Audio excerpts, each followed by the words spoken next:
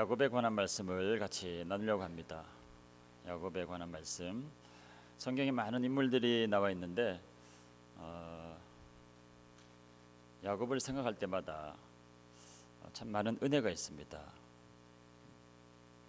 한 두 가지 측면에서 야곱을 생각하면 늘 저에게 감동이 되는 부분이 있는데, 첫 번째는 야곱의 모든 그 속성이 적나라하게, 모든 연약함이 적나라하게 다 묘사가 되어 있는데, 그 모습이 곧 내 모습이구나 하는 걸 발견하면서 위로를 받게 됩니다. 또 사람들의 가장 많은 모습이 야곱에게 있지 않나 하는 생각을 또 해봅니다. 하나님께서 이스라엘 백성들을 향해서 어떤 때 너 지렁이 같은 야곱아 이렇게 또 말씀하시기도 하셨습니다. 하나님의 백성들을 보고 정말 야곱과 같구나, 너희들이 다 하나하나가 야곱과 같구나 이렇게 또 말씀을 하시기도 하셨으니까 우리의 모습이 야곱의 모습하고 참 많이 닮은 부분이 있다는 겁니다. 그래서 야곱을 생각하면 또 그런 면에서 은혜가 되고요. 또 이 야곱이 많은 허물과 부족한 면들을 많이 보이는데, 그럴 때마다 하나님께서 그것 때문에 야곱을 주저앉히거나 책망하거나 또 사랑을 거두거나 하지 않고 오히려 늘 야곱 편에 서주시고 야곱을 격려해 주시고 축복해 주시고 이렇게 세워주시는 그 모습을 또 보게 되면서 우리를 향한 하나님의 사랑, 나를 향한 하나님의 사랑을 또 이해를 하게 됩니다. 우리가 특별히 잘난 것도 없고 하나님 앞에 잘한 것도 없는데 하나님께서 왜 다른 사람들, 그 많은 사람들이 있음에도 불구하고 나 같은 사람, 또 우리 같은 사람들 이렇게 사랑하시는가, 그 클루를 또 알 수 있습니다. 야곱을 보면 그래서 하나님이 나도 사랑하시고 우리도 사랑하시는구나 하는 걸 알 수가 있습니다. 그래서 야곱을 볼 때마다 많은 연약함을 드러내고 있지만 오히려 그것이 우리에게 은혜가 되는 거죠.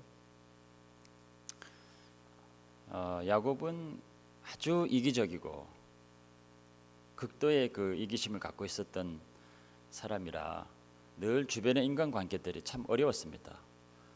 본인이 원하든 원치 않든 간에 주변을 둘러싸고 있는 인간관계들이 늘 어려워서 원수관계들이 참 많았습니다. 태어나면서부터 이제 그랬는데요. 쌍둥이로 태어나게 되는데, 쌍둥이로 태어나도 먼저 태어난 사람이 형이고 간발의 차이지만 뒤에 태어난 사람이 동생인데 야곱이 동생이 된 겁니다. 근데 그때 당시에 장자로 태어나면은 갖게 되는 기득권이 상당히 있었거든요. 근데 야곱이 동생이 됐기 때문에 그 한계를 사실은 극복할 수가 없었습니다.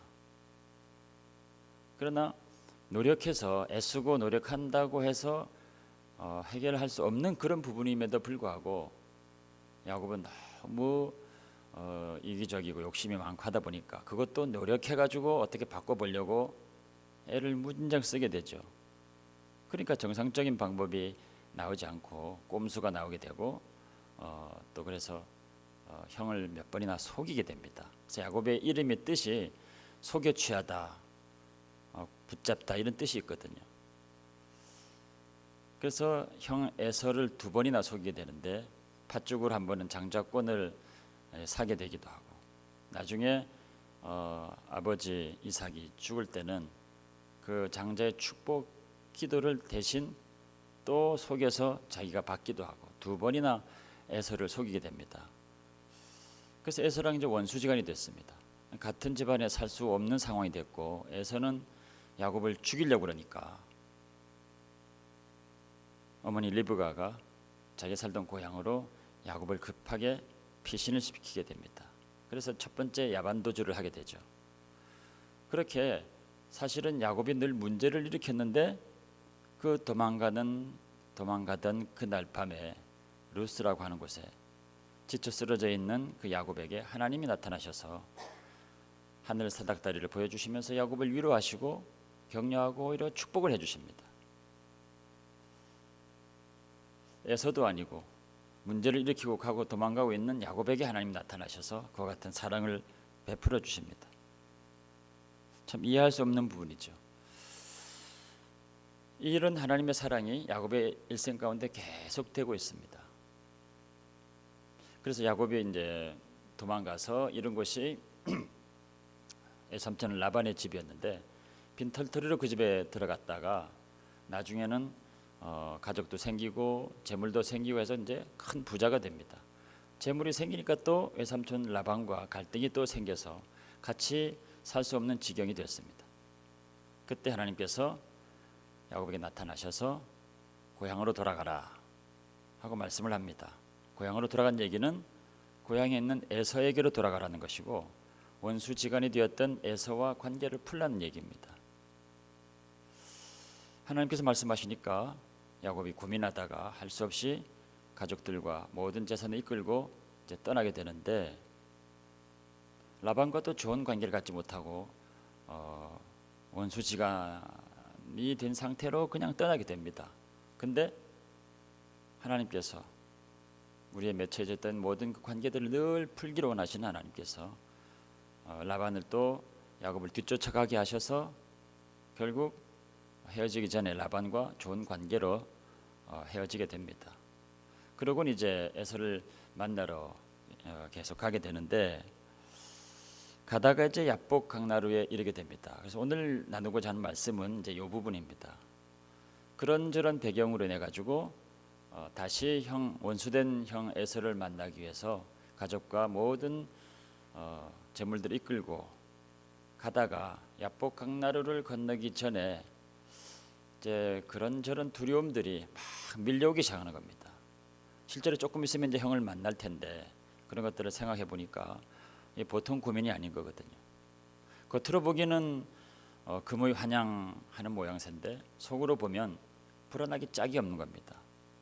자기가 예전에 두 번이나 형을 속여가지고 원수됐던 관계고 형은 자기를 죽이려고 하고 있는데 그곳으로 다시 세월이 지났다 해도 그게 잊혀지질 않거든요. 그런데 거기로 들어가려고 하니까 너무 마음이 불안한 겁니다. 그래서 야복 강나루에 잠깐 우리 멈추자 하고 전열을 정비하고서 먼저 자기 종들을 앞서서 에서에게로 보내봅니다. 동태를 살피는 거죠. 그동안에 어떻게 됐나, 내가 간다고 하는 소문이 들렸나, 마음은 누구로 떨어졌나, 여러 가지 고민을 하면서 야복 강나루에서 먼저 종들을 보내보니까 한참 만에 종들이 돌아와서는 보고가 가슴을 철렁하게 만드는 겁니다. 소문을 듣고 에서가 400명이나 되는 사람을 이끌고 지금 야곱을 죽이려고 쳐들어온다는 겁니다. 그러니까 가뜩이나 마음이 불안하고 무서운데 그런 일이 벌어지니까 야곱이 근심이 돼서 견딜 수가 없는 겁니다. 그래서 본문이 아니죠. 앞서서 보면 32장 9절에서 12절 정도 되는 데서 보면 야곱이 너무 두려워해서 덜덜 떨면서 하는 기도가 나와 있습니다. 하나님, 내가 하나님께서 가라고 그래서 가는데 에서가 나를 죽일지도 모릅니다. 에서의 칼날에서 나를 건져주세요 하고 하는 절박한 기도를 거기서 합니다. 사실은 야복강에서 야곱이 드렸던 기도는 그게 전부였습니다. 그 이후로는 야곱이 어떻게 기도했다, 무슨 내용으로 기도했다는 기도의 내용이 나오지는 않습니다. 잠시 드린 두려움에 떨면서 잠시 드린 그 기도, 그러고는 이제 앉아서 그 다음부터 또 여러 가지 생각을 하는 겁니다. 야곱은 늘 자기 꼼수로 생각을 하고 자기가 판단을 하고 자기 생각을 앞세우고 자기 고집을 신뢰하고 그러던 사람이라 지금 이 상황에서 내가 어떻게 하면 살 수 있을까 하는 고민을 한 겁니다. 거기서 가지고 온 재물들을 여러 때로 가축을 나누어서 축차적으로 에서에게로 출발을 시킵니다. 데리고 온 종들도 팀을 나누어서 중간중간 사람들을 보냅니다. 보내면서 예물을 가지고 에서를 만나면 이건 야곱이 준 예물입니다 라고 고백하라고 시키면서 그렇게 보냅니다. 그 모든 것들이 뭐냐면 그렇게 해서 화난 에서의 마음을 누그러뜨려 보려고 여러 차례 걸쳐서 그 화난 에서의 마음을 좀 가라앉혀 보려고 그런 노력을 한 것이죠. 그러고는 자기는 맨 뒤에 남았습니다. 자기 부인들도 다 그렇게 보내고 자기는 맨 뒤에 남아서 혼자 고민을 하고 있는 겁니다. 계속 고민의 연속입니다. 지금 우리가 야복강 하면 우리 머릿속에 강하게 박혀있는 내용이 뭐냐면, 야복강은 야곱이 혼자 남아서 하나님을 씨름하며 밤을 새고 기도하고 간절히 기도해서 응답을 받은 곳이다. 그래서 우리도 야복강의 기도로 간절히 철야로 기도하자, 이럴 때 이제 많이 듣던 이야기입니다. 그러나 이 본문을 자세히 살펴보고 이 정황을 자세히 살펴보면 야곱은 사실 앞서서 두려움의 몇 마디 한 기도가 전부였고, 이후에는 어떻게 기도해야 될지 기도를 하지 못한 상태에서 여러 가지 계속 꼼수만 생각하고 있는 겁니다. 어떻게 하면 에서가 마음이 풀어질까, 이렇게 해볼까 저렇게 해볼까, 그러면서 자기는 맨 뒤에 남아 있는 겁니다. 맨 뒤에 남아서 혼자 철야 기도를 하려고 남았을까요? 그렇지 않습니다. 기도한 내용도 없거니와 그렇게 남아서 기도하기 위해서 매달렸다고 한다면, 그렇게 절박한 상황에 두려움 가운데서 하나님을 찾으며 간절히 기도했다고 한다면 하나님 불쌍히 여기셔서 오히려 잘 들어주시겠죠. 근데 천사가 씨름하면서 오히려 야곱의 환도뼈를 쳤다고 그랬습니다. 옛날 성경엔 환도뼈라고 나오죠. 지금은 허벅지 관절이라고 나와 있는데, 그걸 쳐서 야곱을 쓰러뜨린 겁니다. 하도 이 야곱이 매달리니까. 근데 간절하게 그런 절박한 상황에서 두려워 떨며 매달리는 사람에게 하나님이 그런 식으로 응답을 하시나요? 그냥 쳐가지고 쓰러뜨리나요? 그러니까 기도를 하고 기도의 응답을 받았다는 내용과는 좀 차이가 있는 거죠. 그러니까 지금 이것은 다른 측면에서 우리가 봐야 됩니다. 야곱은 앞서서 재물도 다 보내고 종들도 나눠서 보내고 자기가 혼자 맨 뒤에 남아 있었던 이유는 뭐냐면 혼자 살 궁리를 끝까지 찾은 겁니다.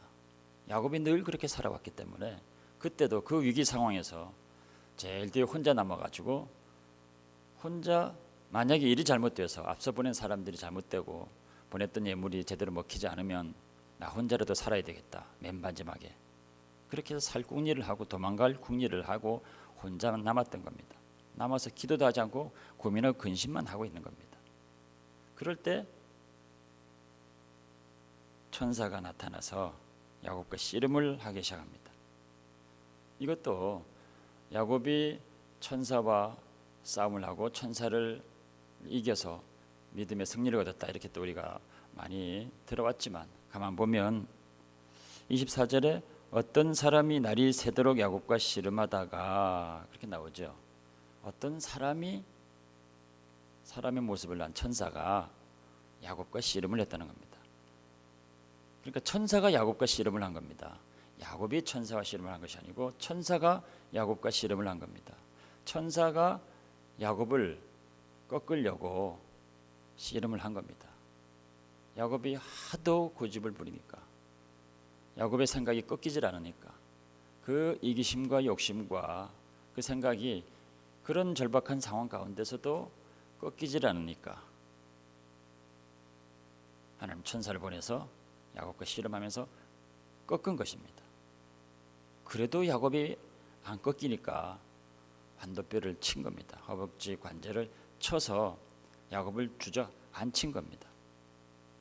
이런 경우는 흔하지는 않죠. 일반적이지는 않습니다.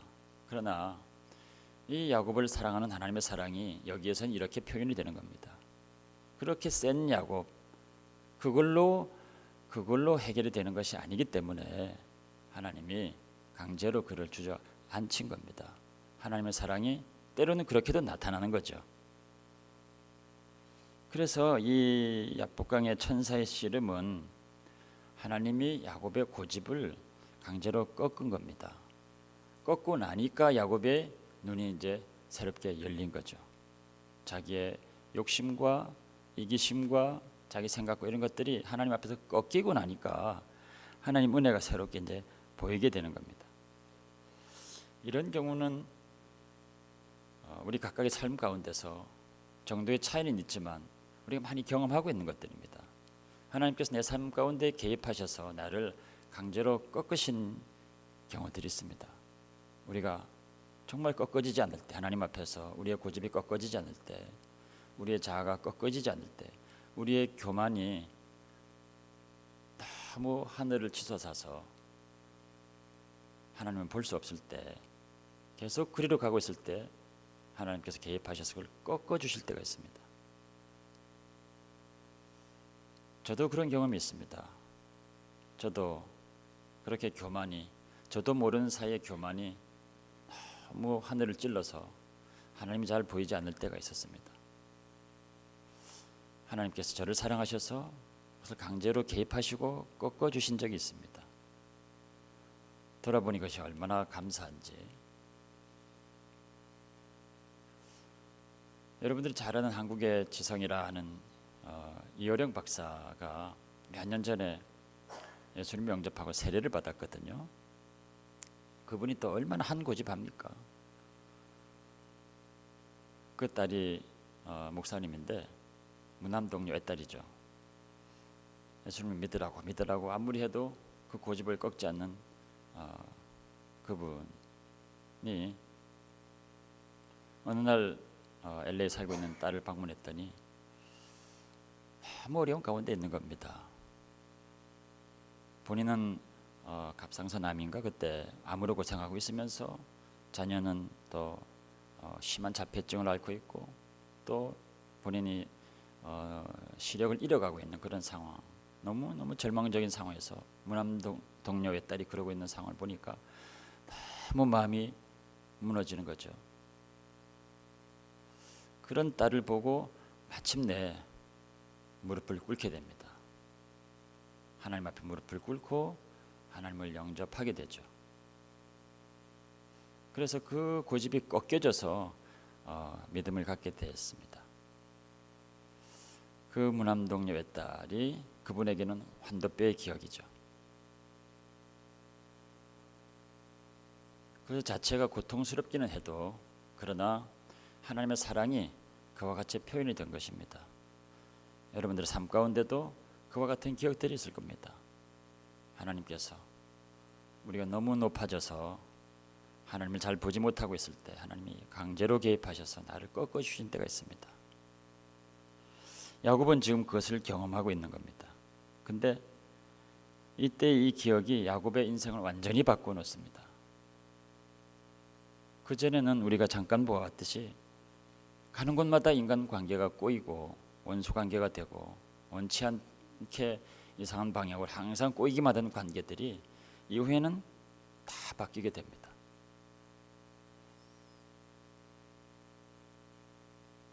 야복강에서 야곱은 인간적으로 자기가 붙들고 있던 모든 그 한계가 거기까지 그곳에 다 머물게 되는 거죠.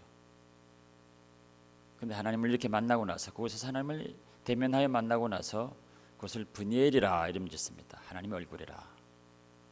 그러니까 야복강이 브니엘이 된 것입니다. 자기의 고집의 절정이 있었던 그곳. 그러나 거기에서 하나님의 뜻으로 꺾여진 그곳이 이제 브니엘이 된 거죠. 그런 환경적인 변화뿐만이 아니고 야곱이 내적으로 굉장한 변화를 겪습니다. 거기에서 천사가 야곱에게 내 이름이 무엇이냐 물었을 때 야곱이 야곱입니다 하고 고백을 합니다. 그 야곱이란 이름이 속여서 취하고 빼앗고 욕심을 채우고 하는 그런 뜻인데 내가 그렇게 살아왔습니다. 지금까지 그 내 자아를 붙들고 살아온 인생입니다 하는 것을 고백하는 거죠. 그랬더니 천사가 다른 이름을 주고 있습니다. 너가 이제 이스라엘이라 불릴 거다. 새롭게 하시는 겁니다. 새로운 신분을 허락하는 거고 새로운 삶을 허락하는 것이죠. 우리가 이렇게 죄인된 삶을 살았습니다 라고 고백할 때 하나님께서 새로운 것들로 다 회복시켜 주시는 것입니다. 그리고 나서 야곱이 맨 앞줄로 이제 나가서 에서를 맞으러 갑니다. 그전에는 맨 뒤에서 여차하면 자기는 도망갈 생각까지 하고 있었던 그 야곱이 이제 맨 앞에 나가서 에서를 만나러 자기가 나갑니다. 그랬더니 하나님께서 그 모든 상황을 다 바꿔주셔서 에서가 먼저 울며 나와서 야곱을 끌어안고 둘이서 서로 형제를 확인하고 울고 불고 그런 장면들, 감격적인 장면이 나옵니다. 이전에 만나기만 하면 깨지던 관계가 만나기만 하면 은혜가 있고 감격이 있고 눈물이 있는 관계로 바뀌게 되는 겁니다. 창세기 47장으로 가게 되면은 이제 그 야곱이 아들 요셉을 만나러 애굽으로 내려가게 되죠. 그래서 마침내 애굽 왕 바로 앞에 서게 됩니다. 그럴 때 바로가 네가 나이가 몇이냐 묻죠. 그때 야곱이 내 나이가 130인데 험악한 세월을 살았습니다. 그렇게 고백하면서 거기서도 바로를 축복했다 그럽니다. 이제 만나는 사람마다 바로는 야곱은 축복하는 사람이 된 겁니다. 그리고 그 와중에서도 그 지팡이 머리에 의지해서 하나님을 경배했더라. 틈만 나면 하나님을 경배하고 또 만나는 사람을 축복하고 자녀들을 축복하고 후손을 축복하고 그런 인생으로 바뀌게 됩니다. 그 모든 변화의 모멘텀이 이 야복 강나루의 그 경험 때문에 그렇습니다. 하나님이 강제로 개입하셔서 만나주시고 꺾어주시고 은혜를 가르쳐 주신 그 이후에 야곱은 그런 사람이 되어진 거죠. 근데 야곱은 그때 이후로 평생을 다리를 절면서 살았다 그랬습니다. 그 기억이 야곱의 몸에 흔적이 남아 있는 겁니다. 여러분 삶 가운데도 그와 같은 환도뼈가 위골된 그런 흔적들이 여러 모양으로 남아 있으실 겁니다. 어떤 분들은 몸에 흔적이 남아 있는 경우도 있고 어떤 분들은 깊은 마음에 꽂혀 있는 분들이 있을 수 있습니다. 잊혀지지 않는 기억으로 남아 있는 그런 것들도 있습니다. 다 그 환도뼈의 기억입니다. 사람들 앞에서는 자랑할 것도 없고 스스로 생각해도 부끄러울 것도 많이 있지만 그러나 하나님 앞에서 그것은 정말 감사의 제목입니다. 내가 그것으로 인해서 하나님을 새롭게 만났습니다. 내가 그래서 은혜로 다시 살게 됐습니다. 하나님의 은혜를 알게 됐습니다. 하는 그런 고백을 하게 되는 것입니다. 내 몸에 남아있는 그 흔적들 때문에. 그래서 야곱은 평생을 다리를 절면서 살아도 그것 때문에 불평하지 않았습니다. 왜냐하면 그것이 곧 하나님 새롭게 만난 흔적이 되었기 때문에. 그래서 야곱은 일평생 하나님을 닮아가는 그런 하나님의 사람이 되었습니다. 마지막으로 이런 야곱을 야곱되게 한 것은 무엇일까? 하나님은 이런 야곱이 계속 연속해서 실수를 할 때마다 야곱 곁에서 내가 너와 함께 할 것이라, 내가 너를 떠나지 않을 것이라 약속하시고 또 축복하시고 격려하시고 세워주시고 어떤 때는 강제로 개입하시고 이렇게 하셨던 그 이유가 무엇일까? 정말 잘난 것이 없는 야곱인데 하나님은 왜 그와 같은 사랑을 끝까지 그에게 베풀어 주시고 붙들어 주셨을까? 라고 하는 것입니다. 이것은 저와 여러분들에게 동일하게 던지는 질문입니다. 하나님께서 왜 여러분들을 그렇게 사랑하시고 그 많은 어려움들 가운데 지켜주시고 붙들어 주시고 격려하시고 여러분들이 넘어지고 실수하고 헤맬 때에도 왜 하나님은 여러분 편에서 늘 격려하시고 힘주시고 또 축복하시고 여러분들이 하나님의 뜻이었느냐 이 말입니다. 누군가 우리들을 위해서 많이 기도한 사람이 있다는 것을 잊지 마시기 바랍니다. 여러분들의 부모일 수도 있습니다. 자녀를 생각하며 눈물로 기도했던 부모의 기도가 우리 가운데 남아있을 수 있습니다. 부모님이 없다면 부모 같은 심정으로 여러분들을 위해서 기도한 사람들이 있습니다. 누가 되었든지 간에 여러분들이 여러분 되게 하신 것은 누군가의 기도 때문에 그렇습니다. 그래서 잊지 마시기 바랍니다. 그래서 우리는 늘 겸손해야 됩니다.